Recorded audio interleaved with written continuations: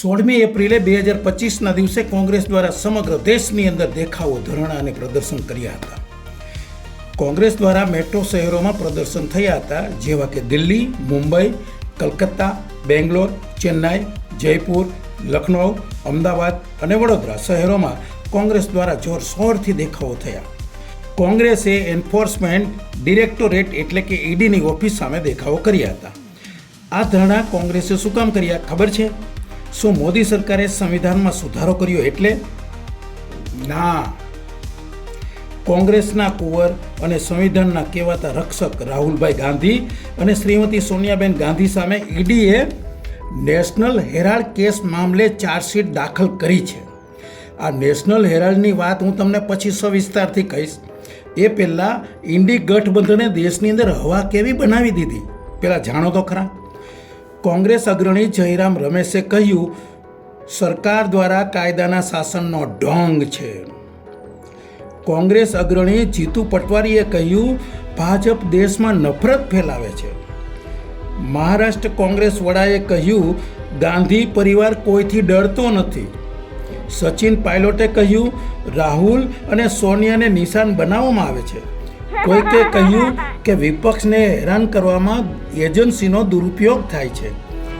સેફઈનો સૂબો અખિલેશ યાદવ કહે છે કે ઈડીનું નિર્માણ કોંગ્રેસે કર્યું હતું અને કોંગ્રેસ સામે દુરુપયોગ થાય છે, એટલે ઈડીને ક્લોઝ કરવું જોઈએ. શું બાપાનું ઘર છે? કોંગ્રેસી અધીર રંજન ચૌધરીએ કહ્યું, કોંગ્રેસને નષ્ટ કરવાની ભાજપ રાજનીતિ કરે છે. કોંગ્રેસ પ્રમુખ મલ્લિકાર્જુન ખડગેએ પણ પોતાનું સ્ટેટમેન્ટ આપ્યું. જુઓ તો ખરા, મોદી અને શાહ કોંગ્રેસને ધમકાવવાનું કાર્ય કરે છે. નેશનલ હેરાલ્ડ મુદ્દે ઈડીએ ચાર્જશીટમાં 6 આરોપીઓના નામ લખેલા છે. નંબર 1 છે સોનિયાબેન ગાંધી, 2 રાહુલભાઈ ગાંધી, 3 સ્વર્ગસ્થ મોતીલાલ વોરા, 4 ઓસ્કાર ફર્નાન્ડીસ, 5 રાહુલના ગુરુ સેમ પિત્રોડા અને 6 સુમન દુબે. આ આરોપીઓમાં પહેલું નામ કોનું જ ખબર? સોનિયાબેન. અને બીજું રાહુલભાઈ. શું કામ? લૂંટમાં જેનો વધારે ભાગ હોય એના પહેલાં નામ આવે. 76% ભાગ છે. કેટલો? 76%. દિલ્હીની રાઉસ એવન્યુ કોર્ટમાં ઈડીએ ચાર્જશીટ દાખલ કરી છે. તેની સુનાવણી 25 એપ્રિલે 2025ના દિવસે છે. કોંગ્રેસ કે ઇન્ડી ગઠબંધન ભલે મોદી કે ભાજપનું નામ આપે, પરંતુ આ કેસ સાથે મોદી કે ભાજપને કાંઈ લેવા દેવા નથી. આ નેશનલ હેરાલ્ડનો કેસ કરનાર તો સુપ્રીમ કોર્ટના જાણીતા વકીલ અને ગાંધી પરિવારના કટ્ટર વિરોધી સુબ્રમણ્યમભાઈ સ્વામી છે. અને 2012માં યુપીએની મનમોહન સરકાર હતી ત્યારે સુબ્રમણ્યમ સ્વામીએ કેસ કરેલો છે. સુબ્રમણ્યમ સ્વામી પણ કહે છે કે નેશનલ હેરાલ્ડ કેસ મોદીએ જો દબાવ્યો હોય તો એને પણ જેલમાં ધકેલો. હવે તમને ખબર પડી શું આમાં ભાજપનું રાજકારણ છે? ભાજપને કાંઈ નાવા નીચોવાનું નથી બસ. છતાં પણ કોંગ્રેસ મોદીની માળા જપવામાંથી ઊંચું આવતું નથી. ચાલો હવે તમને નેશનલ હેરાલ્ડ કેસ વિશે સચોટ માહિતી આપી દઉં. આ નેશનલ હેરાલ્ડ કઈ બલા છે? તો કે નેશનલ હેરાલ્ડ ન્યૂઝપેપર હતું. આ પેપર ખોટ કરતું હતું, એટલે 2008માં એનું પ્રકાશન બંધ કરી દીધું. પરંતુ સુબ્રમણ્યમ સ્વામીજીએ 2012માં દિલ્હીની પટિયાલા હાઉસ કોર્ટમાં અરજી દાખલ કરી. સોનિયા ગાંધી અને રાહુલ ગાંધી સહિત 6 આરોપી વિરુદ્ધ નાણાકીય છેતરપિંડીનો કેસ કર્યો હતો.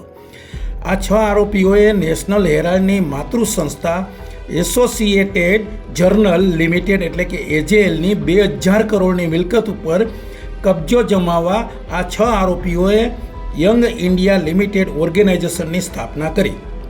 ટૂંકમાં વેચનાર આ 6 જણાની ટોળકી, લેનાર પણ આ 6 જણાની ટોળકી. 2000 કરોડની મિલકત આ ટોળકીએ 50 લાખ રૂપિયામાં વેચી દીધી અને 50 લાખ રૂપિયામાં ખરીદી પણ લીધી.